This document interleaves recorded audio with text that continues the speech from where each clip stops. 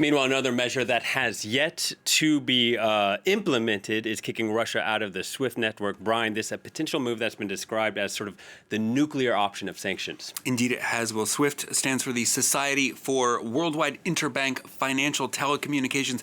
It's a secure messaging platform based in Belgium that's known as pretty much the central nervous system of global banking. It's got 11,000 member institutions. It handles more than 40 million transactions per day, as we see here.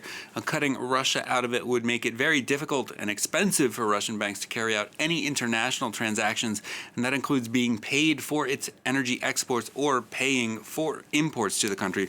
Ukrainian officials and representatives of the Baltic states are lobbying quite hard for the EU and the US to implement this option. A number of European countries are hesitating, though, and that is in part because their own banks could then find it quite difficult to recover payment for Russian debt that they currently hold. French and Italian banks are currently the most exposed on the continent to Russian debt, with about $25 billion worth each. Austria is the next, down at just under $18 billion. Now, EU finance ministers, as I said, meeting right now. France's Bruno Le Maire says that kicking Russia out of SWIFT is indeed an option, but it's one of a last resort. One thing to remember here is that Russia and China have each developed their own versions of SWIFT, both of which are considerably smaller. Analysts say another concern for the EU is that kicking Russia out could encourage the growth of these other systems. Take a listen here.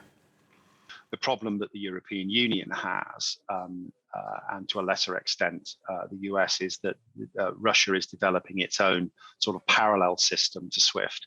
And of course, if you take Russia out of the SWIFT system, it will simply seek to develop its own system along with China, and become a competitor to SWIFT.